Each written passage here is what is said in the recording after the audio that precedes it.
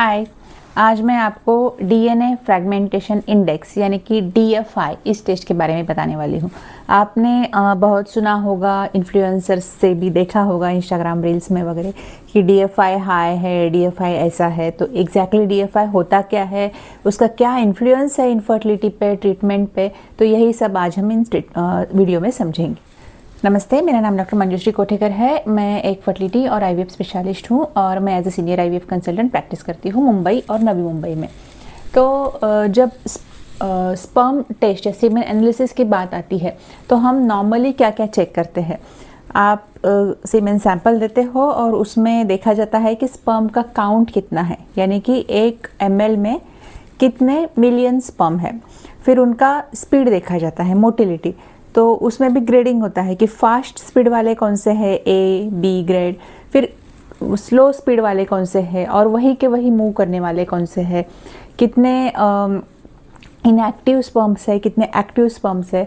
और फिर थर्ड बात आती है कि शेप, यानी कि नॉर्मल शेप कितने स्पर्म, कितने परसेंटेज स्पर्म का है, मोर्फोलॉजी बोला जाता है उसको, और कितने परसेंटेज स्पर्म एबनॉर्मल शेप के हैं।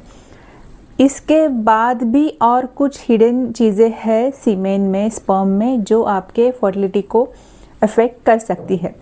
तो अगर आप स्पर्म को देखेंगे तो उसका स्ट्रक्चर कैसा है, उसका एक हेड होता है, फिर मिड पिस और टेल। टेल बेसिकली उसके स्पीड के लिए इम्पॉर्टेंट पार्ट है। हेड जो है वहाँ पे सब जेनेटिक मटेरियल है दबा हुआ और उसके ऊपर एक कवरिंग होता है। तो ये जेनेटिक मटेरियल का मतलब है डीएनए। तो ये जो डीएनए है उसके ऊपर कोटिंग है। डीएनए जो ये एक ब्लूप्रिंट है जो जेनेटिक इंफॉर्मेशन एक जनरेशन से दूसरे जनरेशन में ट्रांसफ़र करता है। तो इस डीएनए के ऊपर जो कवरिंग है उसमें छोटे छोटे ब्रेक्स आ सकते हैं। तो जिस स्पर्म के डीएनए के कवरिंग पे ब्रेक्स है वो हो गया फ्रैगमेंटेड डीएनए वाला स्पर्म। और जब हम डीएनए फ्रैगमेंटेशन इंडेक्स यानी कि डीएफआई चेक करते हैं, हम चेक करते हैं कि कितने परसेंटेज स्पर्म के डीएनए के कवरिंग में फ्रैगमेंटेशन है, और उस हिसाब से हम बता सकते हैं कि डीएफआई हाई है, लो है। नॉर्मली 15% से कम स्पर्म, 15% से कम स्पर्म में ये डीएफआई फ्रैगमेंटेड डीएनए होना चाहिए। अगर 15 to 25 है तो है थोड़ा सा कंसर्न है, 25 से ज़्यादा है तो वेरी हाई डीएफआई बोला जाता है। अभी देखते हैं कि इसके रीजंस क्या होते हैं डीएफआई हाई होने के। तो इसके रीजंस हो सकते हैं smoking, tobacco consumption in any form, alcohol या दूसरा कोई एडिक्शन, कभी कभी बहुत ज़्यादा ओबेसिटी हो, बहुत ही ज़्यादा मतलब मॉर्बिडली ओबेस हो तो उससे भी हो सकता है। कभी कभी सीवियर वेरिकोसिल हो, यानी कि जो बहुत बार आप सोनोग्राफी डॉपलर करते हो तो ग्रेड 1 वेरिकोसिल बताया जाता है, वो नहीं, ग्रेड 3 ग्रेड 4 का जो सीवियर वेरिकोसिल है जहाँ पे स्वेलिंग होता है उसकी वजह से भी हो सकता है। बाकी किसी स्ट्रेस से भी हो सकता है, अगर बॉडी में बाकी कुछ बीमारी चल रही है, क्रॉनिक इलनेस है, उससे भी हो सकता है। मेनी टाइम्स अनएक्सप्लेन्ड भी होता है। अभी लेट अस अंडरस्टैंड कि अगर डीएफआई हाई है तो क्या प्रॉब्लम होगा। तो अगर वो स्पर्म जो एग को फर्टिलाइज कर रहा है उसके डीएनए के कवरिंग में फ्रेगमेंटेशन है तो उस मतलब उसका जेनेटिक मटेरियल थोड़ा लॉस्ट है, जिसकी वजह से आइदर फर्टिलाइजेशन नहीं होगा, एग को फर्टिलाइज नहीं कर पाएगा वो, या फिर अगर वो मतलब उनको नॉर्मल प्रेगनेंसी रहने में मुश्किलें आ सकती है, या फिर अगर हम आईवीएफ भी कर रहे हैं तो भी फर्टिलाइजेशन करने के बाद भी उसका जो आगे का एम्ब्रियो डेवलपमेंट है वो बराबर से नहीं होगा। ब्लास्टोसिस्ट तक जो जाना चाहिए डे 5 तक वो नहीं होगा फॉर्मेशन, एम्ब्रियोज नहीं बनेंगे या कम बनेंगे एक्सपेक्टेशन से, या ग्रेड्स कम रहेंगे, या इम्प्लांटेशन नहीं होगा, या फिर इम्प्लांटेशन होने के बाद मिसकैरेज होगा। ये सब पॉसिबिलिटीज़ होते हैं depending on the grade of DFI damage, grade of fragmented DNA sperms you have.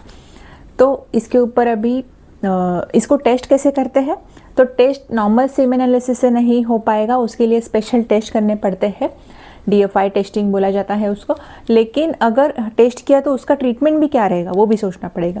तो ट्रीटमेंट नॉर्मली ये रहता है कि हम लाइफस्टाइल चेंजेस बताते हैं, एडिक्शन वो तो हम वैसे भी सारे पेशेंट्स को बताते हैं कि आपको एडिक्शन नहीं करना है, कंटिन्यू नहीं करना है, स्टॉप करना है। वेट ज़्यादा है तो वेट कम करने का कोशिश करना है, हेल्दी लाइफस्टाइल फॉलो करना है, हेल्दी ईटिंग फॉलो करना है। बाकी आपका जो मेडिकल इश्यूज़ है उनको भी आपको कंट्रोल करना है, जैसे कि डायबिटीज़ वगैरह रहेगा तो उसको भी आपको अच्छे से कंट्रोल रखना है। कुछ एंटीऑक्सीडेंट्स चालू करते हैं जो इसको रिवर्स करने में थोड़ा हेल्प करेंगे।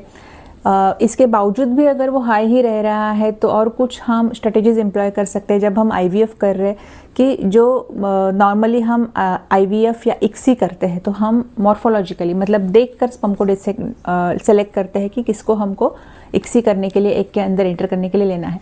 लेकिन कुछ और तरीके जैसे कि एक होता है माइक्रोफ्लूइडिक्स जिसमें हम स्पेशल फिल्ट्रेशन टेक्निक एम्प्लॉय कर सकते हैं, या पिक्सी जिसमें हम स्पेशल मीडिया यूज़ करके कम से कम डीएनए डैमेज वाला स्पर्म सेलेक्ट कर सकते हैं, वो हम एम्प्लॉय कर सकते हैं। कभी कभी किसी केसेस में टेस्टिस से स्पर्म निकाल कर टीसा कर भी स्पर्म निकाले जाते हैं जहाँ पे डीएनए डैमेज कम से कम रहेगा और वो स्पर्म को यूज़ करके इक्सी किया जा सकता है। तो ये सारे मेथड्स हम एम्प्लॉय करते हैं जब हम आईवीएफ का ट्रीटमेंट कर रहे हैं ऐसे केसेस में जहाँ पे हाई डीएफआई।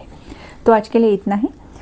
और कुछ डाउट्स है तो नीचे कमेंट्स में पूछिएगा। नेक्स्ट वीडियो कौन से टॉपिक पे चाहिए वो भी बताइएगा। और अभी तक आपने मेरे चैनल को सब्सक्राइब नहीं किया है तो don't delete, push the subscribe button now. Bye.